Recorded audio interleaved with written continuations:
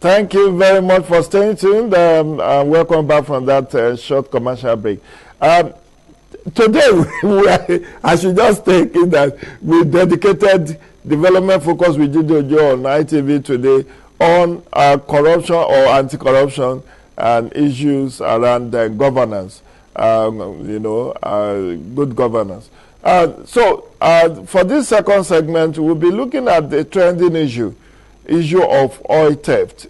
Um, I will not say oil theft in the Niger Delta because we have also seen oil theft across the country, far even away from Niger Delta region.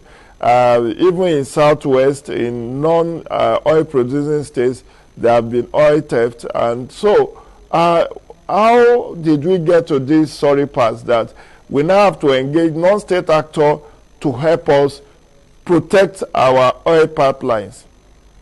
I've brought on this show this morning an eminent scholar of repute, a civil society juggernaut, a extractive industry expert, Dr. Dauda Garuba. Dauda, you're welcome on the show. Good morning.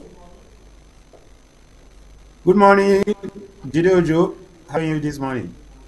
Thanks for joining us. Dauda is joining us, virtually from FCT. So let's start from the beginning. Dauda, walk us through this. Your PhD thesis was on the extractive industry with special focus on oil and gas. I know that for certain. How did we get to this level that we are losing industrial level of oil, crude oil, refined oil to, non-state actors, people just taking barrels of crude oil out of Nigeria without any consequences? How did we arrive at this sorry pass? Yeah, thank you, Dr. Jide, for bringing me into this. Actually, my PhD was on oil theft itself in the Niger Delta. Actually, I was looking at the thesis was to examine the global local connect in that criminal activity. It looks like it's something that started, maybe probably got to another day, the way your question sounds. But the fact remains that it has always been with us. It's just that we got to a level where it reached that proportion when everybody became concerned, and it's not something that started today. Even in the city, it was always there.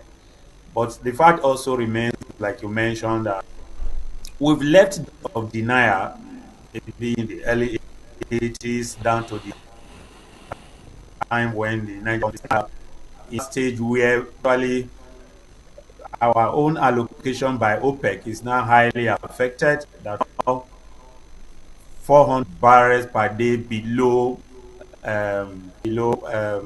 exports, and the situation is so worse that now that the oil prices are high there, this is the first time in the history of oil production in Nigeria that we cannot take advantage of the market because the oil prices are high. Can't complain alone, even taking on the extra basket. The war in Ukraine and Russia is for us. So, like you said, we are in a sorry state. But the fact also remains that if we are serious enough and we are doing what we are supposed to be doing, but so far what I have seen from the politics is to always bandit figures. Somebody will say, I don't know why anything that we have to count in this country is so difficult for us to arrive at any meaningful number. That if you are counting whether in terms of the number of barrels or in terms of the money that is associated with this, government or the various even citizens, public officials are banding different figures. So I think the big question should be that as a nation, cannot even count. We can't count. That is it. Okay. there is a different. If you ask NNPC how many barrels of crude oil we are losing, they will tell you we are losing 700,000 barrels per day. If you ask Minister of Niger Delta and Minister of State for Petroleum Resources, it will say 400,000 barrels per day. Why can't we even have a unanimous figure of how many barrels we are losing? That's one. Two, walk us through what are the leakages within the value chain. Is it all crude oil that are taken out, or this illegal refining of petroleum products in the Niger Delta creeks? Is that part of why we are losing? What about those who are breaking the pipelines and siphoning refined petroleum products? So just walk us through, for layman like me, how do we, when we say oil theft, what exactly do we mean by oil theft? Yeah, oil theft is about the illegal removal of crude oil from the pipelines and for personal gains by those who are involved in this process. But the fact also remains that most of the time, our attention has been largely focused a group of boys, or if you like girls, because in the course of my PhD thesis, I was in the creeks in the Niger Delta. I also saw women highly involved in this. But over time, we've looked at these boys who are taking oil in jerry cans, in basins, as those who are the economic saboteurs are. But deeper and this process, much more. There are those who are taking oil initially from the tap, but if you were to investigate what is happening, actually also stolen and take thousands of even to millions. In my earlier when I finalized my PhD thesis, when I started the oil theft research, I stayed in Port Harcourt for like 2 full years to other years. And by the time I was ready and I moved in the University of Benin, where my PhD thesis, the materials I had were almost going soured, so or dated. So I had to quickly use them in a small policy paper. And then I did a break of the various stages of those things. And what I would want to pick out clearly is this, is that rather than run after the boys in the creeks, there is much more bigger face of the oil theft, and I drew attention to this. And it wasn't long, I mean, a couple of years ago, like 4 or 5 years ago, that we realized that there's actually a big rise of this. Nigeria government currently have a case with major oil companies in the US being accused of cooking two different books, the ones they took away from Nigeria and what they delivered to the refineries in the US. There is currently a case like that that exists in the US court, and Nigerian lawyers over there are also helping to pursue that. What am I saying with that? There are various leakages, but it's just that our attention has actually been focused on the boys who are doing what's called the bullfire or the bush refineries. If we really want to address the issue of oil theft in Nigeria, we need to look beyond those boys. Good enough or bad enough that those boys are involved in environmental despoilation, especially for those of us who have been to the Niger Delta. Beyond the despoilation, they are out killing, or if you like, fetching the local refineries they have in the bush. I remember engaging a fellow who said, in terms we are making from this oil, this talking of is zero. We can destroy. That's the fellow. Have you calculated the economic value of these trees, because given that they have to produce for so many years, and the boy actually then realized that I was looking beyond just the immediate. But in any case, let's look at the numbers you are talking of. For instance, at the level of the Nigeria Extractive Industry Transparency Initiative, when Haiti started producing the figures of oil of its payments to government and the receipts or the acknowledgement of the receipt of those payments, when it realized around 2005 so much leakage in the sector, and what it then do was to look at in subsequent years. Then was to ask from oil companies to tell what they are losing. Companies freely reply others so that they were losing anything. Now, thank God that I'm not sure any company is complaining of losing anything now. With that stage of denial, it is now open. But the fact is that what we count today as the number is largely a remainder of what we are unable to deliver from what OPEC allocated to this country. So in other words, when we still talk of the number, we are missing out exactly where we are missing, because we have not gone deeper. And the key issue is that we are not paying attention to what we should be paying attention to, because we are supposed to invest in where you have your mouth. But that is not what Nigeria is doing. Perhaps because we think we are gaining so much from oil export, we've not given the much attention we need to give to oil theft. And that is the reality of our situation. So, either way, there are several leakages. Yes, people are stealing, break pipelines. Yes, these are also getting ruptured by virtue of the lifetime they are supposed to spend on Earth before placed. Then there are those who are from the from the terminal, officially.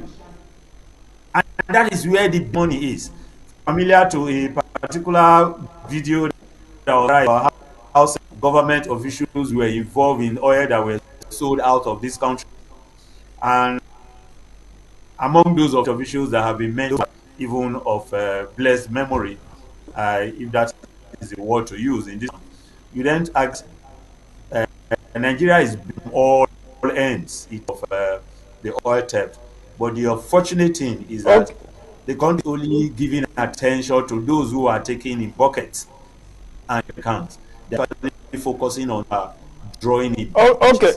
Now the situation has to the point that the industrial ships are outside there, whilst we are just picking it and going there to deliver, to offload into the industrial ones. Okay, Dada, very quickly, the federal government of Nigeria has allegedly awarded 48 billion naira oil pipeline surveillance contracts to a notable ex-militant in Niger Delta. Do you think that this is the best way to tackle the issue of oil theft in Nigeria? Personally, since that news came before, I have been drawing on my links to the Niger Delta, trying to talk to friends and colleagues and collaborative work relations with to find out what they feel about it. Some are good, that is going to actually address the problem. Some are not too fine.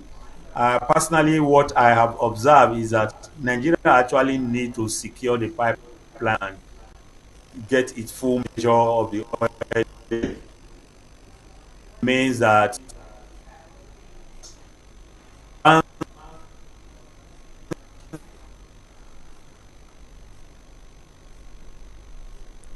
hello, are you still there? So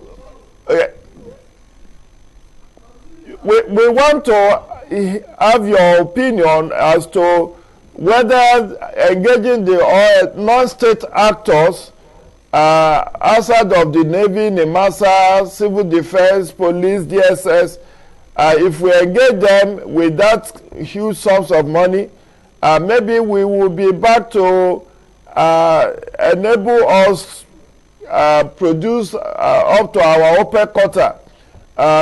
You said earlier on that this is the first time Nigeria is not benefiting from high rise in the prices of crude oil in the international market because of Ukraine versus Russia war. So this oil surveillance contract given to a non-state actor, is it a way forward? Is it the best that we can do, whether in the interim or in the long run, to tackle the issue of oil theft? Yeah, are you hearing me now? Yeah, I can hear you. Okay, I was saying that since the news came on board about the 48 billion monthly contract, I tried to draw on my contacts in the Niger Delta to actually find out what the issues. Some of my friends in the Niger Delta are opposed to it, while others are not well disposed. But on the personal ground, I argue that we are here to be a solution because I think that the contracts are better secure than an individual. And if I say the communities, I'm not asking that communities should be awarded contract. And I am sure that if government is doing what it's supposed to be doing by providing development to the community, and the communities are seeing development from what the government is getting from oil, automatically they are going to be in the forefront in securing the oil pipelines for the country. But in a situation where we produce more and the money is not seen, by Okay. the community, tendency is for them to not to pay attention to whoever is taking the oil, because from their perspective, it will look like whether it's the government that is taking it or the individuals that are taking it on the criminal level, nothing gets to us. And in some situation, the tendency or the encouragement to support the individuals is even much more than the government, because by then the individuals who come in to take, they drop crops for the communities. So this is what the situation has been. But I personally think that if the government is actually interested in dealing with the oil theft issue, we need not move away from technology.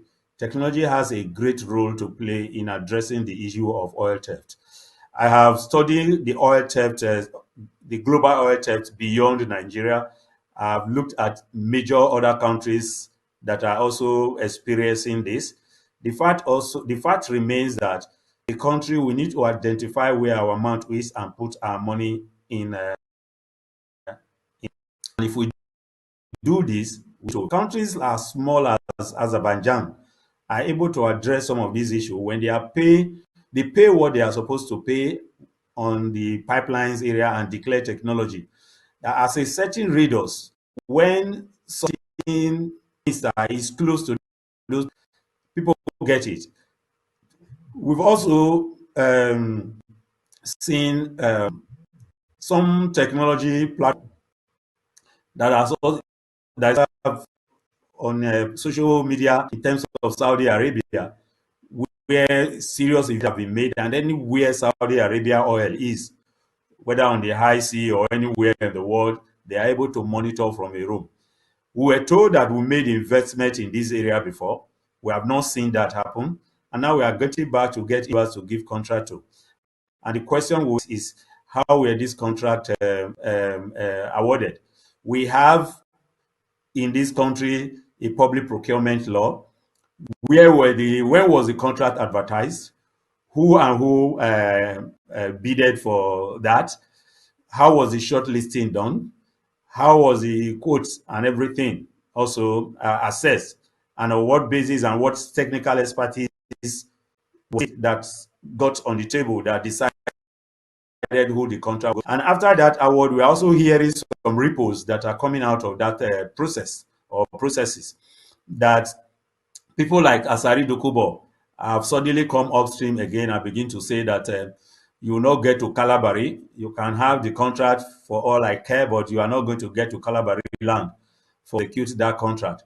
So are we getting back to that old age or when militants were fighting over territory? So these are some of the things we need to ask ourselves.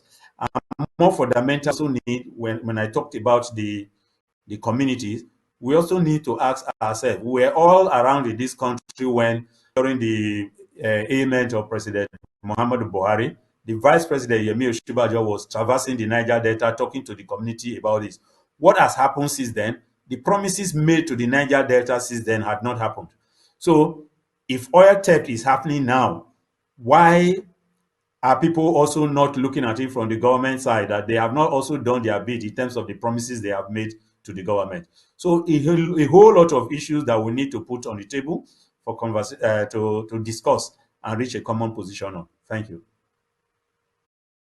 I want to thank you very much, Dr. Dauda Gariba, for your insights. You have walked us through that we need to involve technology, and that promises made to Niger Deltans, the fact that they have not been fulfilled is part of the problem. There are those who are even saying that the Petroleum Industry Act, the fact that what is given to host community is very paltry, that also have given rise to the breaking of pipelines and you know, the economic sabotage we are talking about. I want to thank you profusely for creating time to speak with us. That's the size of the interview with you this morning. My regards to your family. Please do stay safe and stay blessed. And we'll go on a short break, viewers, and we'll be back to take us through the remaining segments of this program. Stay tuned.